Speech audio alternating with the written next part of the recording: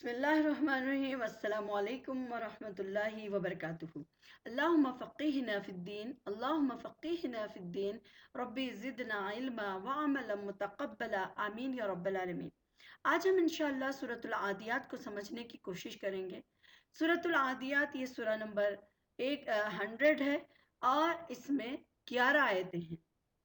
اس سورت میں اللہ تعالیٰ نے گھوڑوں کی قسم کھائی ہے اور انسان کو سمجھانے کی کوشش کی ہے کہ انسان کیا ہے، اپنے پروردگار کا بہت ہی ناشکرہ ہے اور وہ اللہ تعالیٰ کی دی ہوئی طاقت اور اس کی توانائی کا جو کیا ہے ظلم و ستم کے لیے اور پھر تباہی اور غارت گری کے لیے یہ کیا کرتا ہے، اپنی توانائیوں کا استعمال کرتا ہے۔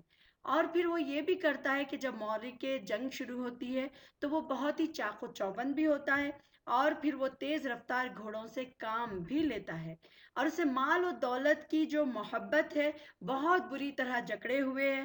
کیا وہ اس بات کو بھول جاتا ہے کہ ایک دن اسے پھر جی اٹھنا ہے اور سینے میں چھپے ہوئے راز اللہ تعالیٰ اس دن اللہ تعالیٰ کے سامنے حساب دینا ہے؟ اسی بات کو اچھی طرح سے دل میں بٹھانے کے لیے اللہ تعالیٰ نے یہاں پر گھوڑوں کی مثال پیش کی ہے اور گھوڑوں کی قسم کھائی ہے کہ دیکھیے آپ اللہ تعالیٰ کا انداز کتنا پیارا ہے۔ کبھی اللہ تعالیٰ زمانے کی قسم کھا کر انسان کو سمجھاتے ہیں، کبھی اللہ تعالیٰ کہتے ہیں کہ دیکھو سب غفلت میں ہیں، پھر اللہ تعالیٰ کہیں نہ کہیں انسان کو جگانے کی کوشش کرتے ہیں۔ کیوں اللہ تعالیٰ کو آخر ان چیزوں کی ضرورت کیوں پڑتی ہے؟ اللہ تعالیٰ کو ان چیزوں کی ضرورت کیوں پڑتی ہے؟ کیونکہ اللہ تعالیٰ اپنے بندوں سے بہت زیادہ محبت کرنے والے ہیں۔ اللہ تعالیٰ اپنے بندوں سے بہت زیادہ محبت کرنے والے ہیں، اسی لیے اللہ تعالیٰ قسم کھا کر سمجھاتے ہیں تاکہ انسان کو یہ بات سمجھ میں آئے کہ اس کے آنے والے نقصانات سے وہ کیا ہے بچ جائے۔ تو یہاں پر بھی اللہ تعالیٰ نے گھوڑوں کی قسم کھا کر یا اللہ تعالیٰ نے انسان کو سمجھایا ہے کہ مختلف گھوڑوں کی مختلف خصوصیات کی طرف اللہ تعالیٰ نے، ان کی کوالٹیز کی طرف ان کے اللہ تعالیٰ نے اشارہ کیا ہے۔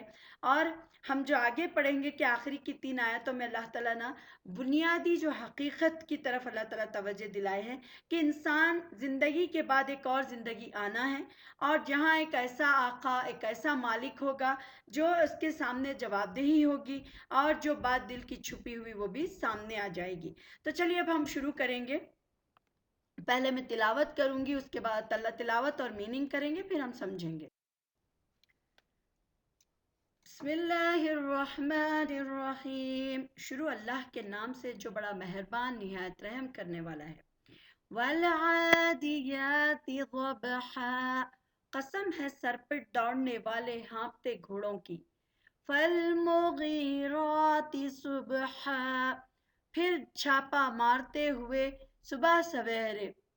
فَأَثَرْنَ بِهِ نَقْعًا، پھر اڑتے ہیں اس موقع پر گرد و غبار۔ فَوَسَطْنَ بِهِ جَمْعًا، پھر اندر جا گھستے ہیں اسی حالت میں کسی مجمع کے۔ إِنَّ الْإِنسَانَ لِرَبِّهِ لَكَنُودٌ، بے شک انسان اپنے رب کا بڑا ہی ناشکرہ ہے۔ وَإِنَّهُ عَلَى ذَلِكَ لَشَهِيدٌ، اور بے شک وہ اس حقیقت پر خود گواہ ہے۔ وَإِنَّهُ لِحُبِّ الْخَيْرِ لَشَدِيدٌ، اور بے شک وہ مال کی محبت میں بری طرح مبتلا ہے۔ أَفَلَا يَعْلَمُ إِذَا بُعْثِرَ مَا فِي الْقُبُورِ، تو کیا جانتا نہیں وہ اس وقت کو جب نکالا جائے گا وہ جو قبروں میں مدفون ہے۔ وَحُصِّلَ مَا فِي الصُّدُورِ، اور ظاہر کر دیے جائیں گے وہ بھید جو سینوں میں ہیں۔ إِنَّ رَبَّهُمْ بِهِمْ يَوْمَئِذٍ لَخَبِيرٌ، یقیناً ان کا رب اس سے اس دن باخبر ہوگا۔ تو یہاں پر جو پہلی آیت ہے اس میں اللہ تعالیٰ نے فرمایا والعادیات ضبحا۔ عادیات کہتے ہیں یہ عادیتن کی جمع ہے اور یہ ہوتا ہے عدبن، یعنی جس کے معنی ہے کہ تیز رو گھوڑے۔ اور پھر ضبحا کا جو لفظ آیا ہے یہاں پر ضبحا کے معنی ہوتے ہیں ہانپنا، یا بعض کے نزدیک اسے ہانپنا کہتے ہیں اور بعض کے نزدیک ہنہنانا، یعنی جو گھوڑا ہانپتا ہے چلتے ہوئے وہ، یا پھر اس کا ہنہنانا۔ مراد یہاں پر وہ ہے کہ جب گھوڑا جو ہوتا ہے وہ کیا ہے جہاد میں تیزی سے دشمن کی طرف دوڑتے ہیں. فالموریات قدحا، پھر ٹاپ مار کر آگے جھاڑنے والوں کی قسم.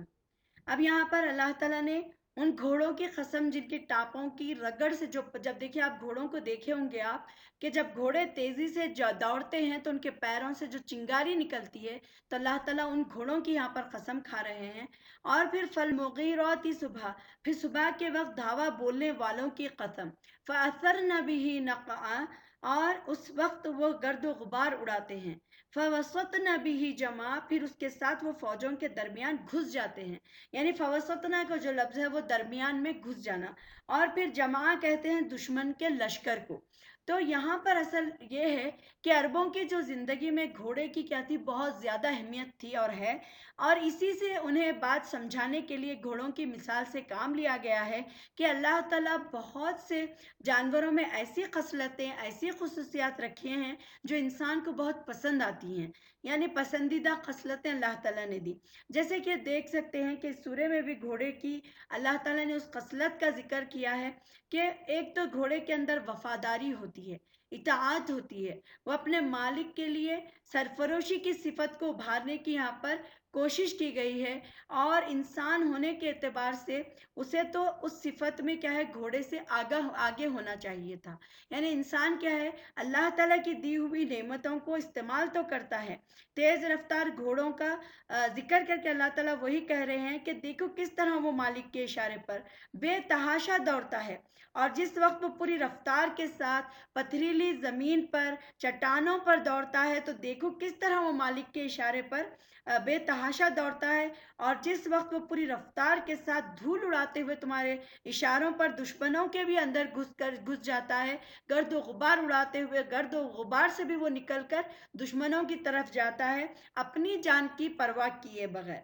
تو یہ گھوڑا کتنا فرما بردار ہے تمہارا، لیکن تم اس کے اپوزٹ ہو کہ اللہ تعالیٰ کی دی ہوئی چیزوں کو تم استعمال کرتے ہو، اور اس کی اطاعت سے تم گھوڑے کی اطاعت سے تم سیکھتے بھی نہیں ہو کہ وہ تمہارا کتنا اطاعت گزار ہے. تو تمہیں بھی اپنے مالک کا اس طریقے سے اطاعت گزار ہونا چاہیے. تو اللہ تعالیٰ نے فرمایا ان الانسان لربہ لکنود، بے شک انسان اپنے رب کا بڑا ہی ناشکرا ہے. وَإِنَّهُ عَلَى ذَلِكَ لَشَهِيدٌ، اور بے شک وہ اس حقیقت کو خود گواہ ہے.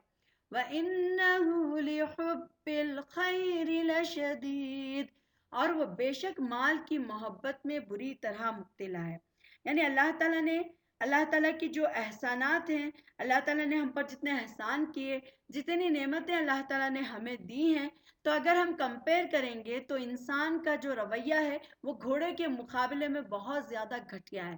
اللہ تعالیٰ یہاں پر وہی کہہ رہے ہیں کہ انسان اپنے رب کا بڑا ہی ناشکرا ہے، اور وہ خود اس بات کو جانتا ہے.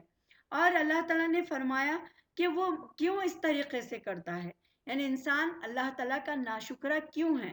کیونکہ اس کے دل میں مال کی محبت ہے، اس کے دل کو مال کی محبت نے گھیر لیا ہے.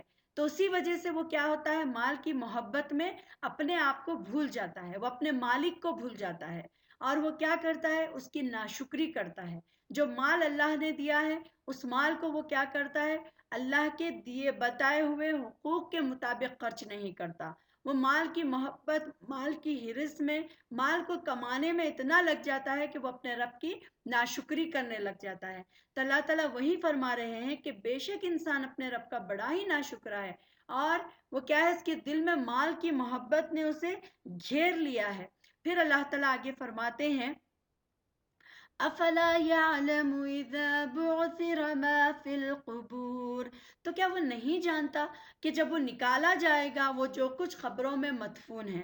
یعنی اب اللہ تعالیٰ بیان کر رہے ہیں کہ دیکھو، جو مطلب اگر ہم دیکھیں گے تو اللہ تعالیٰ وہی بتانا چاہ رہے ہیں کہ دیکھو جو قبر میں دفن ہو چکے ہیں اللہ تعالیٰ انہیں بھی نکالیں گے، اور جو دفن ہو جائیں گے یعنی جو قیامت سے آدم علیہ السلام سے لے کر قیامت تک جتنے لوگ دفن کیے جائیں گے،